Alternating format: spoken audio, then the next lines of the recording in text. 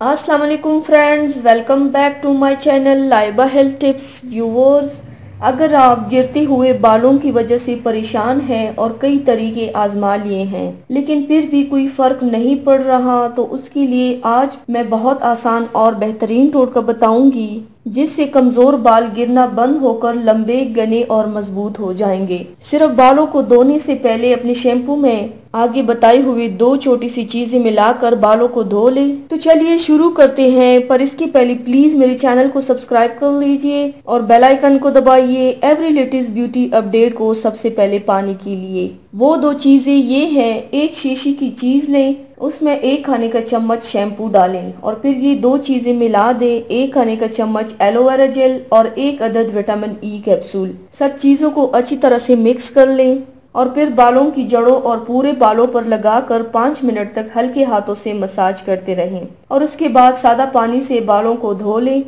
इससे बाल गिरना बंद हो जाएंगे और कम से कम हफ्ते में 3 बार शैम्पू में ये चीजें मिलाकर बाल धो लें। बाल लंबे, घने और मजबूत होते जाएंगे, वो भी बगैर साइड इफेक्ट के, और कोई भी इस्तेमाल कर सकता है। तो व्यूवर्स, ये थी मेरी आज की वीडियो। उम्मीद करती हूँ आप सबको पसंद आई होगी।